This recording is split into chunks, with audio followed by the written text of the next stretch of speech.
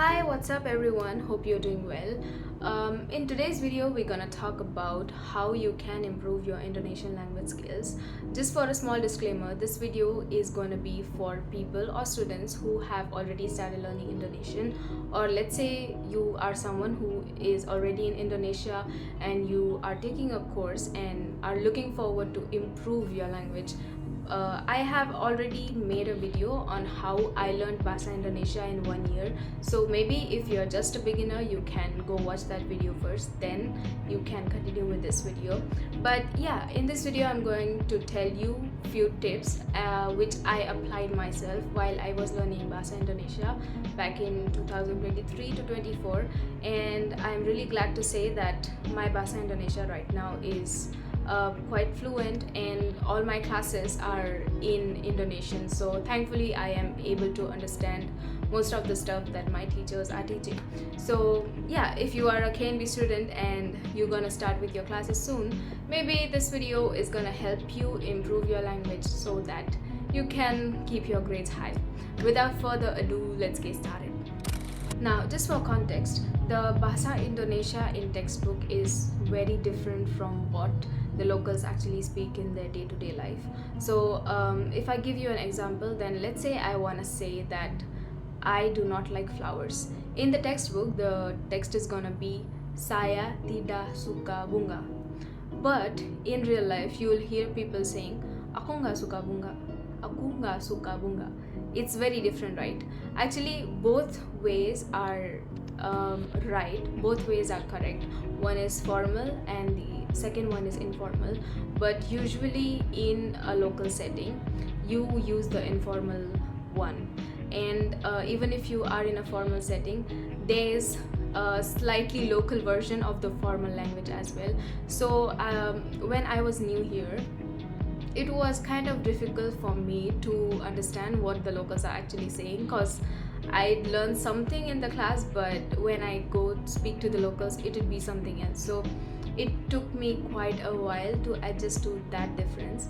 But here's a tip for you so that you learn the formal and the informal language both. And the tip is that you need to talk to the locals. So here's the thing. When I was new in Indonesia, actually my university, we did not have foreigner students. Like me and my friend, both of us were the very first foreign students who took admission in this university. And as we were, new, and it was just the two of us, so we were quite bored of just hanging out together. Like, I mean, we have fun together, but it's just that, every day we used to have only 1 hour of class, and then after that whole day we were free. So what we did was we used to just go approach the locals and start talking to them. And it's like Indonesians are very friendly, and they are actually quite very interested in talking to foreigners. So when we were new, we just started making local friends, and that is how we learned the informal language, and that's how we actually started improving in our Indonesian. The thing is that I have a lot of friends who are quite fluent in Indonesian as well, but it's like I have friends as well who find it very difficult to learn Indonesian. And one of the reasons is cause their friend circle is quite limited. Like, let's say you go to a big university, ITS or UNY. So the thing is, the international community there is huge. So it's like you don't have the need to go look for friends beyond your international friends or your country mates. But the thing is, if you really want to learn the language and if you want to improve your Indonesian, you will have to make local friends and you will have to start interacting with locals, because that's the fastest way of learning any language. Now, there's one tip that I usually follow when I want to learn a new language, because it's like I got better at English because I started thinking in English.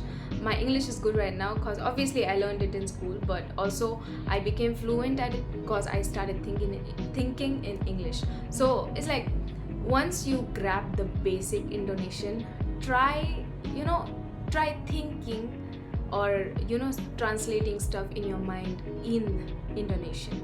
I do the same for Chinese as well because I'm learning Chinese, so that's quite quicker way and a better way to learn any language. Another tip that I want to give you is that you should start watching local content. Now, it happens usually when you complete the immigration check at the airport and are in Indonesia. The IP changes and suddenly you start seeing content like Indonesian reels, you start seeing Indonesian videos on TikTok, and a lot of people kind of get annoyed through it that, oh my god, my country's like memes and all are gone. But I used to be like that because I so wanted to watch Indian reels and stuff. But it's like at some point it is good to have few content related to Indonesian local content, because that's how you start learning the language as well. The thing is, in Indonesia, people don't use their phone in like English. Like, let's say we open our phone, most everything is gonna be English, right? The app's name and all the setting and stuff. Maybe you are from some country where you don't use English setting for your phone, but for Indians we usually use English. But Indonesians, their phone language is also in Indonesian, so it's like you can do that too. Once you have learned the basic Indonesian, maybe you can try changing your phone's language so that it is in Indonesian, and then it's a bit kind of a subconscious way for you to learn by seeing. Also, also maybe you can subscribe to a few Indonesian channels, let's say travel channels or local people who are filming vlogs related to traveling in Indonesia. Anything that you find interesting, football, cooking vlogs, or like hiking and travel stuff, anything, just search it and put the keyword Indonesia and you will find people who are posting stuff in Indonesian. And you can also, if you don't completely understand it, start the auto caption, it will translate it for you in English. But the more you listen, the more you learn. Also, there's this one very important thing that you need to take in consideration, is that everyone's language journey is different. Now, let's say you are two people from two different countries. One of you is from Asia and one of you is from European side or African side.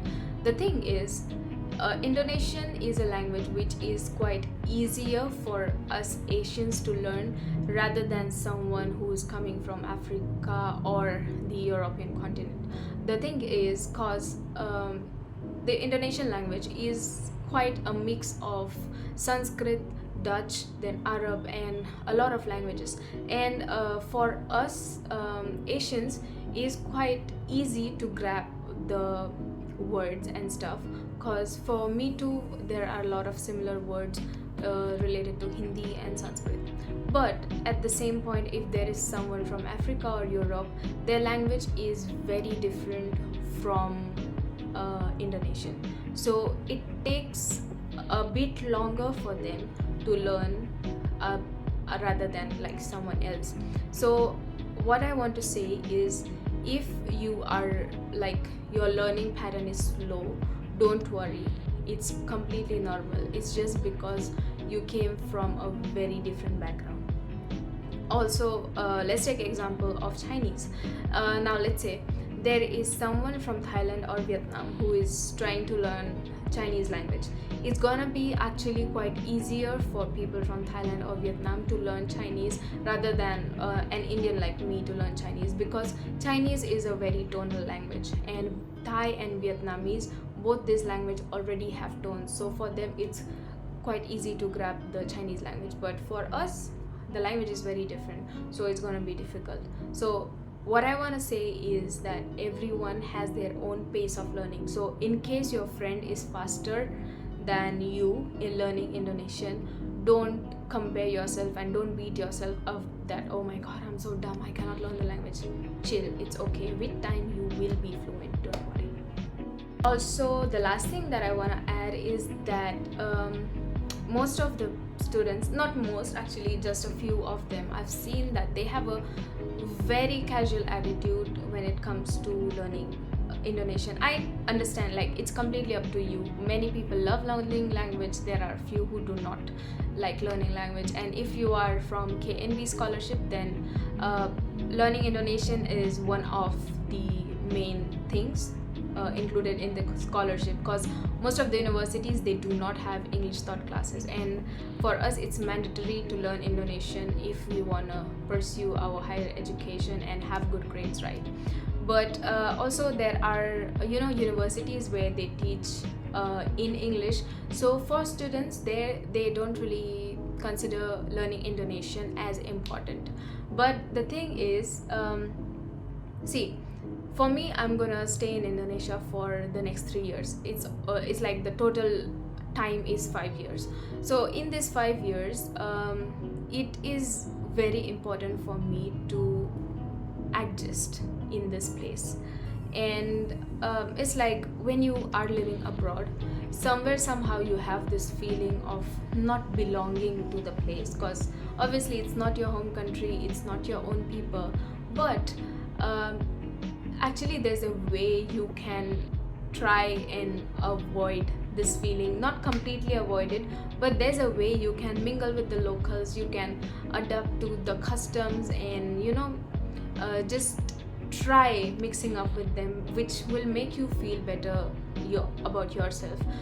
And one of the things is that when you start understanding the jokes, and when you start understanding the memes and what a group is talking about, it's actually, the feeling is very great, because you feel like, oh, I know what they're talking about, and you just feel good about yourself. Because for me right now, it's like I completely understand the memes and the local slangs and stuff, so it's quite fun. And it's like, it doesn't make me feel like, oh, I'm a foreigner. It doesn't make me feel like I am a foreigner. So that's one of the things why you should try focusing on learning Indonesian. Also, career wise, it's a great deal, because let's say you want to work in Singapore after this, or let's say you want to work in Indonesia, you'll have your own perks, like English, your own language, Indonesian well. So it's gonna be a good opportunity. Also for Singapore, it's like they have a lot of Malays, and